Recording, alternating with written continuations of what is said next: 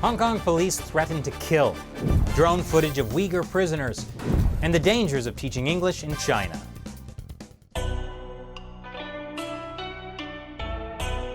This is China Uncensored. I'm Chris Chappell. This week in Hong Kong. In a move that is surely going to make everything better, Hong Kong police officers are warning they might have to kill protesters. Some police claim they feel so threatened by protesters they would need to use deadly force to defend themselves. Those poor police officers. If only the Hong Kong protesters could understand what it feels like to be threatened with violence. But attacks like that are changing in Hong Kong. Instead of protesters getting attacked in one big group, now people are just being followed and then attacked individually. Sure, it's less efficient, but it's way more intimidating. On Tuesday, Hong Kong pro-democracy lawmaker Roy Kwong was attacked by masked men who pulled him out of his car. This dash cam footage posted by RTHK shows 3 men kicking Kwong and then running off. Apparently, a 4th man filmed the attack, which seems like a bad idea if you're at all worried about getting caught. Kwong was hospitalized with neck injuries. Meanwhile, a government spokesperson has said that the police will follow up seriously in order to bring those responsible to justice. Maybe look for the guy with the incriminating video. But that's not all. On the same day, a reporter for the pro-democracy newspaper Apple Daily was attacked in a restaurant. 4 men dressed like protesters punched and kicked the reporter and her sister while mentioning Jimmy Lai, the owner of the paper. So clearly, they knew who the reporter was. Apple Daily is offering a reward for information on the attackers. But that's not all. Again, on the same day, this woman, a Falun Gong practitioner in Hong Kong, was attacked by 2 men in black shortly after she left a police station. The masked men hit her several times with a baton, then jumped into a white car and got away, which again does not sound like a random attack. Falun Gong practitioners haven't really been involved in the Hong Kong protests, but this attack shows that any people who speak out against the Chinese Communist Party could now be in danger in Hong Kong. You know, Falun Gong practitioners have been dealt loads of violence over the years in mainland China. I don't think they've ever said they might need to kill someone. But there has been a lot of confusion in the midst of these protests that have rocked Hong Kong for more than 100 days. For instance, this video has gone viral recently. It shows what appears to be police kicking a man in a yellow shirt. But Hong Kong police say it wasn't a man, it was a yellow object. Wow, they're taking this dehumanization thing kind of literally. Guys, you're supposed to make your contempt look less obvious. Otherwise people might notice.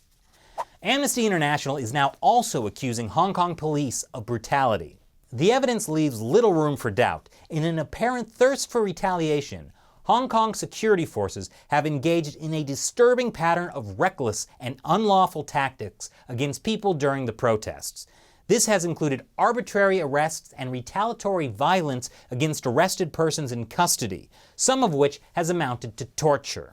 From those experiences, we can see a common thread running through, that the Hong Kong government is failing to facilitate, failing to allow allow peaceful assembly, to allow critical political speech, because of the concern that somehow this would be violating the one country, two systems principle, which is new. However, it can't be denied that the protests, which began peacefully, have taken a violent turn. Well, I mean, they always were violent. That is, the police and triads were violent. But now, some of the protesters are getting violent as well. Anger and tension on Hong Kong streets spilled into bloody violence on Saturday night. In a video obtained by broadcaster TVB, men who reportedly disagreed with Hong Kong's protest movement can be seen being savagely beaten by protesters. Protesters also targeted businesses linked to mainland China at a mall in Sha Tin, as well as vandalizing the nearby subway station. This is the ticketing system for the MTR. It's been completely trashed. People have sprayed all over it. They've even smashed holes in it. Protesters started targeting the subway after the MTR started shutting down stations near protests after being criticized by state-run media, and police started beating passengers in subway stations. But now that protesters have also started trashing subway stations, at least the protesters and police have something in common. Protesters have also set various small fires over the past week, for instance outside a police station, and near the Sha Tin Mall. Tensions are running high. A group of protesters attacked this pro-Beijing man before other protesters broke up the fight. That's why I think people just need to chill out with a nice mocktail, like this one from a Hong Kong diner that's offering a protest-inspired menu. This is the Eye for an Eye soda. It's a reference to the young woman who was shot in the eye by a police rubber bullet. Obviously, the police had been very afraid for their own safety when they shot her. The menu includes rice balls named after the protesters' 5 demands, like universal suffrage and an investigation into whether police have used excessive force. There's also a soup called beaten raw pork, a nod to clashes that have turned violent. If you want the set meal, that'll be a full gear, as in face masks, umbrellas, and all the other ad hoc battle armor worn by demonstrators. Wow, I hope an investigation into whether police have used excessive force rice ball flows a little better in Cantonese. And after the break, drone footage has caught Uyghur prisoners on camera. See how the Chinese Communist Party is trying to erase this ethnic minority.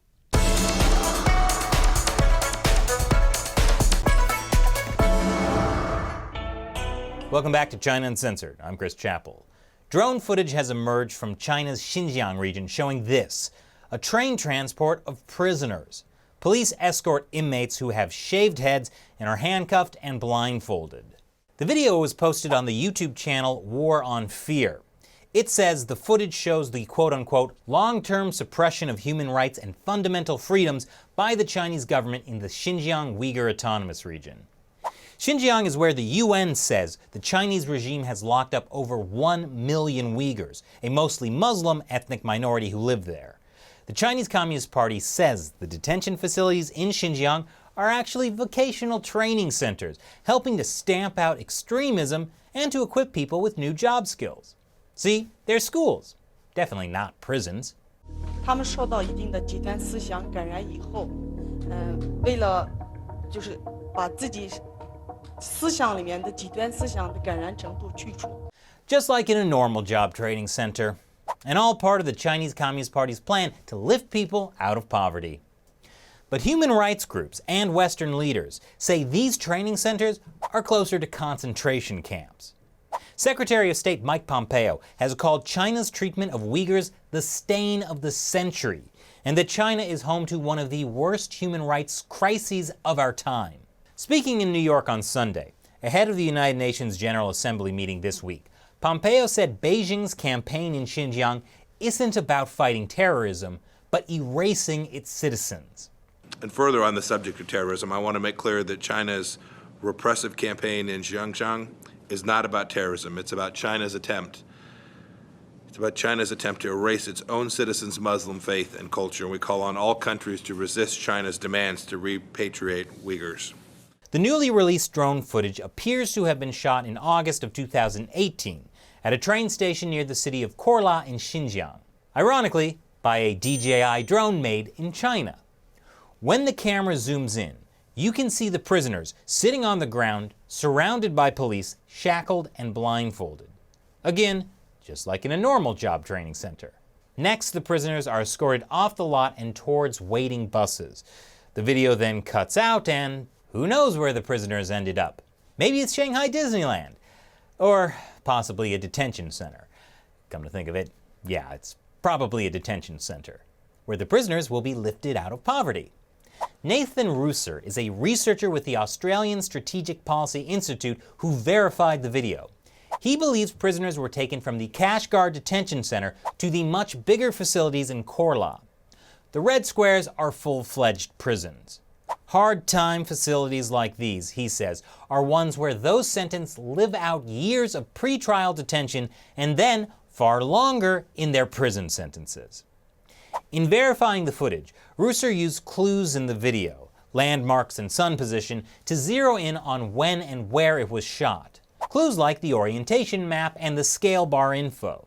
Then Google Earth and bingo, the train station west of Korla in southeast Xinjiang. And prisoners were probably bused to one of the 150 or so detention centers across Xinjiang. They've been built at a lightning pace to handle more than 1 million people who've been detained since the Uyghur crackdown sped up a couple of years ago. Here's a glimpse inside one of the less restrictive facilities, where inmates eagerly learn about core socialist values, which include democracy, rule of law, and most importantly, freedom.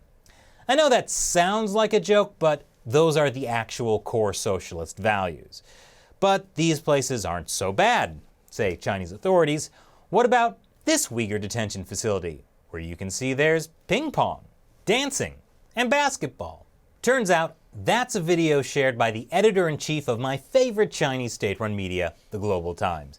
And according to Russer, it's pure propaganda. The basketball courts are merely mats and there for propaganda purposes, he says, pointing to the mats lifting off the ground and to satellite imagery showing the courts normally located at a nearby school. After the Chinese Communist Party could no longer deny the existence of these detention camps, they started taking foreign journalists on supervised tours. Here's a BBC investigative report published in June. Is it your choice to be here? 是您自己选择过来的吗？就是我以前因非法法律意识淡薄，被感染了极端主义和恐怖主义思想的影响。村委会的孙经发现，他对我说：“这么好的学校，你可以去参加，转化自己的思想。” Yeah, that's a totally normal thing to say about enrolling in a vocational training school. Of course, the newly surfaced drone video undercuts the narrative that people are in these centers out of their own free will. If they don't want to come, then what happens? 这个我没碰见过，但是我们会积极引导他。It isn't a place where people have to come, obey the rules, stay until you allow them to leave. Sound more like a prison, even if it's a prison in which you can do some art. 你指的监狱是这个地方？你觉得这监狱有画画的监狱吗？我不知道你说的监狱是什么样的监狱。这我们这儿确确实实就是一个培训中心。This woman spent a year in the detention facility, mostly in one of the tougher camps, for the dastardly crime of having WhatsApp installed on her phone. Ал мен аяғыма кісен салды да, басында кіргенде бір жеті менің аяғымда кісен жүрді. Ал енді әдетте бұлай ұрып кеткендер өзімнің басымнан да өтті. Мен өзімді де ұрып кетті тоқтайықпен. Meanwhile, Australia's Foreign Affairs Minister Marise Payne has viewed the prisoner transport video, and she told News.com that she finds it deeply disturbing. She also said that we have consistently called for China to cease the arbitrary detention of Uyghurs and other Muslim groups. We have raised these concerns and we will continue to raise them both bilaterally and in relevant international meetings. International meetings like the United Nations General Assembly taking place this week in New York, where President Donald Trump spoke at the United Nations event on religious freedom. As we speak, Jews, Christians, Muslims, Buddhists, Hindus, Sikhs, Yazidis, and many other people of faith are being jailed, sanctioned, tortured, and even murdered, often at the hands of their own government, simply for expressing their deeply held religious beliefs. But it should come as no surprise that China's foreign ministry spokesman said the U.S. had slandered China's policy toward Xinjiang and grossly interfered in China's internal affairs. And this all comes as China releases its annual white paper about how great human rights are in China. Other Chinese state-run media quickly picked up the white paper. The government says people's rights have been improved since 1949 when New China was founded. But wait, how can they say human rights in China have improved when they're locking up Uyghurs and brainwashing them? Easy. They just changed the definition of human rights. See, in the United States, the Declaration of Independence proclaimed that human rights are not granted by governments, but by God, and they include the right to life, liberty, and the pursuit of happiness. In Communist China, though, the Communist Party is God, and it has endowed its people with none of those things. But here are the human rights they do claim to offer. An array of achievements, among them the right to food, the elimination of absolute poverty, improved living standards, safe drinking water, improved housing conditions, more convenient public transport, and better public health. I mean, what could possibly be a more important human right than more convenient public transport? Certainly not freedom of belief. 咱们是为了改变我们学员们的宗教极端思想，这样咱们的学员结业以后就可以直接到就业岗位去就业。We would call that brainwashing. 没有那个完全改变他们的思想，我们就是为了让他们思想上的极端这个因素去除掉。Although this year, the Chinese Communist Party has decided to emphasize a new human right, living a happy life. But how do you measure happiness? Let's ask the Uyghurs at this vocational training school. And if that doesn't make people happy, you can always do this to them. And coming up after the break, some say the risks of teaching English in China outweigh the rewards.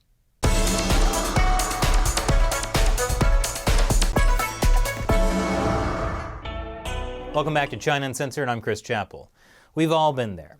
You work hard to get your expensive college degree, only to realize it's left you desperately unprepared for the real world. So, what do? Obviously, the answer is to take out student loans to go back to school and get another expensive degree. Don't try this at home, kids. Trust me. But for others who don't go to grad school, the answer could be teaching English overseas. Now, I often get asked, is it a good idea to teach English in China? To which I say, teaching English in an authoritarian surveillance state that arrests people in the middle of the night and sends them to labor camps? What could possibly go wrong? There are about 400,000 foreigners working in the Chinese education system. But oddly enough, things are going wrong. According to Reuters, there's been a surge of arrests of foreign teachers in China. In fact, one American lawyer whose firm has been handling many of the cases said the risks of going to China to teach far outweigh the rewards. They've written extensively about it on their own website. The risks are serious. Education First is a Swiss company that operates 300 schools in China. They've seen a significant increase in detentions in China for alleged offenses including drugs, fighting, and cybersecurity violations. Mainly, these detentions have resulted in docked pay or deportation. But some of those crimes, especially drug crimes, can be met with severe punishment in China, especially if, for instance, the country you're from might be having a political dispute with China. But Chris, you say, Chinese authorities should crack down on foreign teachers guilty of drug offenses. Well, they're not just going after teachers who committed drug offenses in China. According to Education First, staff have been picked up by police at their home and work, as well as in bars and nightclubs, and have been questioned and brought in for drug testing. That drug testing involves using hair samples. Hair samples can contain traces of cannabis for up to 3 months. That can be a problem for teachers who come from countries where cannabis is legal, like parts of the United States or all of Canada. Now is generally not a great time to be Canadian in China. In fact, Canadians in China might just want to pretend to be Americans. It's only fair. Americans abroad have been pretending to be Canadians for years. Anyway, China's Ministry of Education is using these drug scandals to make a push for dealing with foreign teachers in a serious manner with no appeasement. But don't worry. It's not that the Chinese Communist Party simply hates foreign English teachers. They hate foreigners in general. See, this latest crackdown on foreign teachers seems to be part of a broader rise in anti-foreign sentiment. And of course, the Communist Party wants the education system to be ideologically pure. And a lot of those misguided foreigners are not particularly helpful when it comes to pushing core socialist values. The problem when it comes to education is Chinese intellectuals. Intellectuals expect more toward democracy and the rule of law from globalization. Some of them express unrealistic dissatisfaction toward the country. Lousy intellectuals, complaining about the country just because it doesn't have democracy or the rule of law, or because the government kills its own citizens for meditating. Intellectuals make such unreasonable demands. The Communist Party has always made schools the front line in ideological indoctrination. It comes in waves. Chairman Mao hated intellectuals. His Cultural Revolution forced students to denounce their teachers for backwards thinking and holding Western sympathies. There was more freedom in the 80s, but after the mass student protests in 1989 that ended with the Tiananmen Square massacre, the Communist Party realized that the people had been allowed to think a little too freely. So they launched another wave of patriotic education. And after current Chinese leader Xi Jinping took power, he stressed so-called core socialist values and socialist education. Xi gave a speech last year saying it's imperative to uphold Marxism as a guiding ideology and stick to the path of socialist education with Chinese characteristics. Obviously, it's not imperative to uphold the parts of Marxism that say you shouldn't allow giant corporations, or let rich elites play around with millions, while the masses are dirt poor. Or frankly, let any private individual own the means of production, especially Jack Ma. But you know, the people ought to uphold the other parts of Marxism, like the conquest of political power by the working class. Wait, don't do that either. Anyway, according to Reuters, last September, China launched a wide-reaching campaign to remove foreign influences from education, including efforts to ban foreign history courses, outlaw self-taught material, and revise textbooks to focus on core Communist Party ideology. Which means less time for teaching useless things like English, and more time for Xi Jinping thought. And state-run media have been a big part of demonizing foreign teachers, the most tasteful being my favorite, the Global Times. Take, for instance, this lovely article, Guests of China Need to Deserve What They Get, with a close-up of a black student for some reason. It complains foreigners in China have been granted supranational treatment and even extra-legal privileges. We'll look at that special treatment foreigners are getting in a moment. And this article calls for a crackdown on unqualified and immoral foreign teachers in the country. And this article uses a scandal involving two people to drum up anti-foreign sentiment against the other 400,000 foreign teachers. It also criticizes parents who believe foreigners can teach English better than Chinese teachers. What a crazy thing to believe. Which is why this article says it's a crime for parents to deprive their children of the right to patriotic education. All this means foreign teachers in China are increasingly vulnerable and easily taken advantage of. So what happens to a bright-eyed foreigner who comes to China to teach English? I asked fans of China Uncensored to send me their stories. I've altered the names to protect their identities. MP wrote to me that while in China, we must notify our bosses with where we were going, who we were going with, for how long, and why. DB said, the bathrooms were basically never cleaned and really disgusting since the school did not have janitors. I had to clean my own room after every class. The students were great. SD said, we were given rules to follow on campus and in the surrounding community. I was also informed that we will be watched closely at all times. That person also said they were punched by a student who got off because the parents were wealthy. Foreign textbooks with content counter to the official party line were also seized and burned. Yeah, book burning is always a good sign of progress. TB told me the us versus them mentality was prevalent everywhere I went, even in Shanghai. The extra paperwork we have to do every year for the visa, the stares, the looks, what's the point of learning the culture and language if that is how we get treated? LDH said, I had local police come monthly to check to see if I still live at the same apartment. He also mentioned not getting paid at all or them finding every single excuse in the book to deduct your salary that would make your jaw drop. ISB said, apart from teaching English, we were told to teach PE, clean the school, serve food, and wipe up butts. BQ said, workers here have no rights whatsoever. Unpaid overtime is expected of everyone, including me. I'm paid for 20 hours of work per week, but the school has tried to get me to work 40. KN said, I was followed by 2 plainclothes police and basically assaulted at my front door. They claimed we were harboring a fugitive. And here's my personal favorite. MW said, another thing was being corrected by Chinese coworkers on English grammar. Being told the origin of Christmas was an orphan boy wandering the woods in December who then found shelter under a pine tree. That the plural of peanut is pronounced penis. Which means those students are going to have a really interesting time if they ever order snacks at a baseball game. There were other stories viewers told me too. Things like dealing with propaganda, brainwashing, corruption, and even sexual harassment. Also, finding out that they were hired illegally by the school and having the police take their passports away. But not all the stories were negative. A lot of people had positive experiences too. Many said despite all the craziness they had to deal with, they had an amazing time, met many great people, students and adults, and made friends for life. Some people even met their spouses in China.